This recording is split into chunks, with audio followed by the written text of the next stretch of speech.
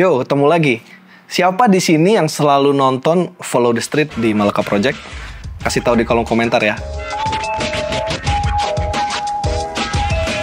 Atau mungkin ada yang dulu suka ngikutin saya jalan-jalan keliling ke berbagai distrik di Jakarta. Saya mau bilang, asli, selera kalian keren. Nah, sebagai ucapan terima kasih buat kalian yang udah ngeluangin waktu dan kuota buat nonton program-program saya, kali ini saya pengen ngebuka satu rahasia dapur sih sebenarnya, yaitu gimana selama ini saya bikin video-video street documentary atau video jalan-jalan dan ngobrol-ngobrol sama warga itu dari dulu banget sampai sekarang. Jadi kalau kalian pengen tahu, harus simak video ini sampai selesai ya. Rahasia pertama dan yang utama, ngopi dulu dong.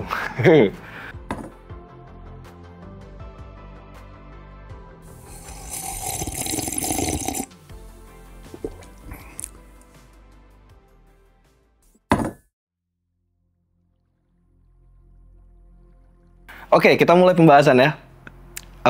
Produksi video itu sebenarnya dibagi ke dalam 3 fase. Praproduksi, produksi, dan pasca produksi. Pertama, saya mau bahas dulu soal praproduksinya.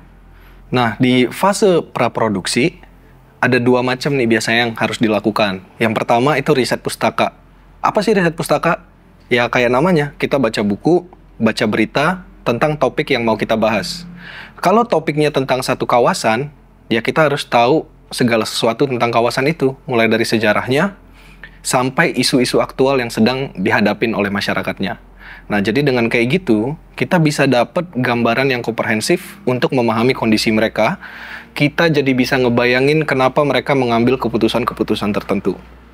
Tanpa pemahaman yang menyeluruh soal sejarah segala macam, kita rentan jatuh ke dalam kesimpulan yang semena-mena. Terus setelah riset pustaka, yang gak kalah penting adalah ngelakuin juga riset lapangan, atau istilahnya reki. Istilah itu sendiri sebenarnya asalnya dari dunia militer gitu, reconnaissance gitu. Jadi kayak tentara tuh ngecek kondisi lapangan, ngecek kondisi lawan gitu. Nah, biasanya di fase ini yang jalan tuh produser sama campers. Mereka kayak ketemu ke tempat situ, ketemu sama warga, ngobrol-ngobrol, cari tahu siapa kira-kira yang berpotensi untuk jadi narasumber. Kalau ada bisa ngatur janji. Campers juga bisa mulai nyari-nyari look kira-kira nanti akan wawancara di mana, gambar-gambar yang mau diambil untuk ngeliatin mood tempat itu kayak gimana. Itu semua harus di cover selama reki. Nah, setelah reki, hasil dari riset pustaka dan hasil dari reki itu didiskusiin. Kita ngobrol, berdebat lah mungkin ya kalau ada beberapa yang sama-sama kerasa bagus, tapi kan durasi terbatas. Nah, di situ kita brainstorming sama tim, ngobrol, lalu disusun jadi rencana dan jadwal produksi. Nah, jadwal ini mungkin kesannya sepele, tapi menurutku sangat krusial. Kalau kita salah susun, misalnya urutan harus wawancara siapa dulu, segala macam, jadwalnya bisa berpotensi jadi molor banget. Dan itu sering banget kejadian di kota-kota besar ya. Jadi rencana harus mateng, jadwal harus mateng, harus siap semua sebelum fase produksi dimulai. Di titik ini tuh biasanya tema tuh udah clear, alur cerita udah kebayang, dan daftar pertanyaan untuk tiap narasumber udah disusun. Jadi semua perencanaan harus solid di praproduksi, barulah kita memutuskan kapan kita akan jalan dan memasuki fase produksi.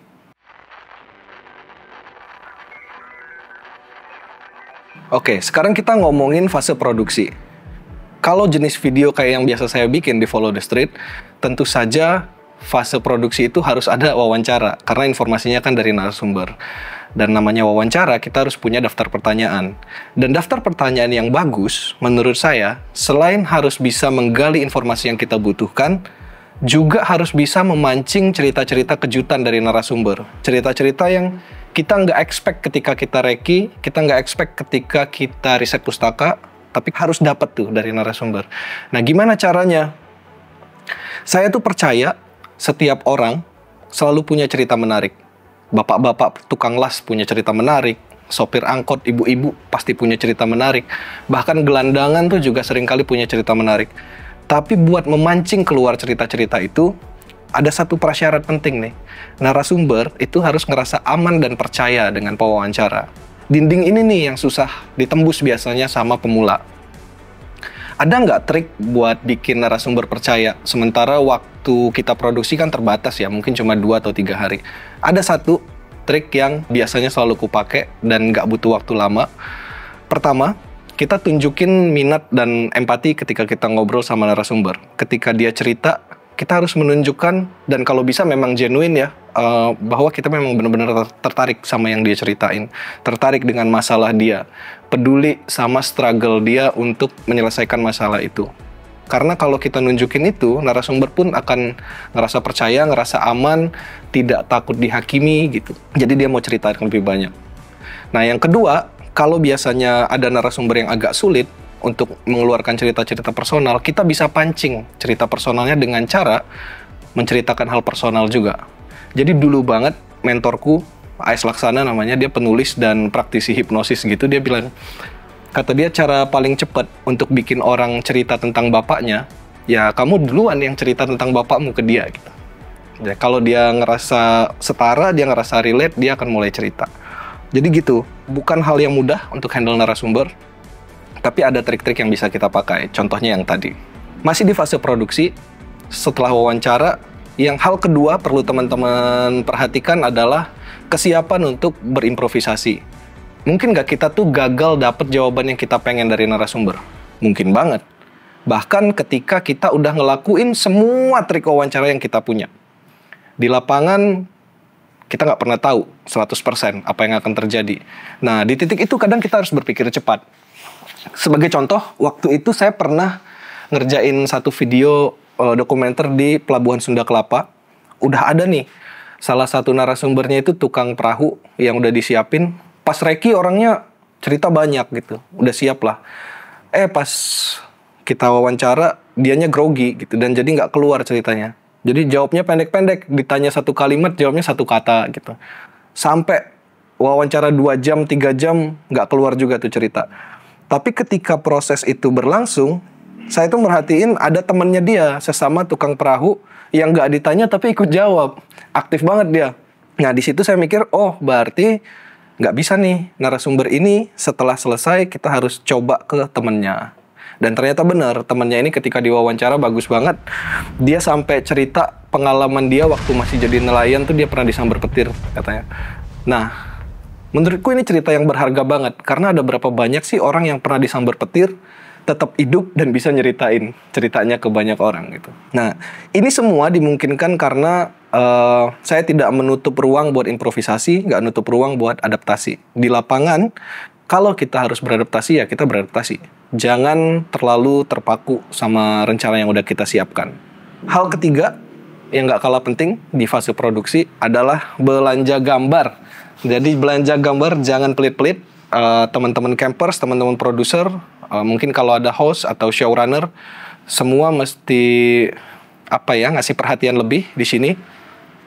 Karena begitu kita pulang dari lapangan dan ternyata stok footage-nya kurang, celaka kita.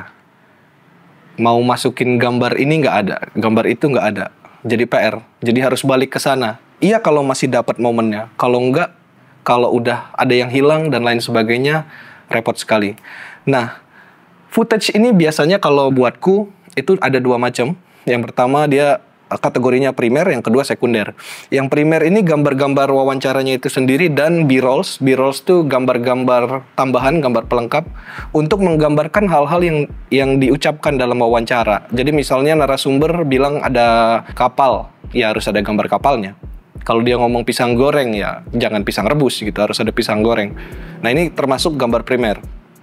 Ini harus lengkap, karena kalau dia tidak lengkap, kita nggak bisa menghadirkan kesan imersif ke penonton. Imersif tuh kayak penonton tuh kita tarik, kita bawa ke dunia baru itu, ke tempat di sana, seolah-olah dia ada bersama kita dan ikut ngobrol sama orang-orang di situ, ikut merasakan panasnya terik matahari di situ, ikut merasakan berisiknya segala macam, debunya gitu, kayak misalnya waktu kami ke Parung Panjang. Nah, kesan imersif itu tuh yang mesti bisa dihadirkan dengan kelengkapan footage primer kita. Sementara footage sekunder tuh yang kayak gambar-gambar penunjang suasana, detail-detail yang terkait, tapi bukan hal-hal yang dibicarakan secara langsung. Ini juga penting karena fungsinya dia bisa ngatur mood, dan juga ngatur pacing dalam video nanti ketika kita jahit videonya. Supaya variatif, supaya nggak membosankan. Ya kalau isinya cuma wawancara doang kan bosen lah ya. Orang pengen ada waktu untuk bernapas, ada waktu buat mencerna omongan narasumber. Itu aja di fase produksi. Kita move on ke pasca produksi. Pasca produksi, meskipun kita udah dapat semua gambar, kita udah puas dengan hasil interview kita dan lain segala macam, tetap merupakan bagian yang krusial. Karena disinilah kualitas sebuah video ditentukan. Video kita bisa menjadi bagus atau menjadi hancur tergantung sama proses dalam post-pro atau pasca produksi.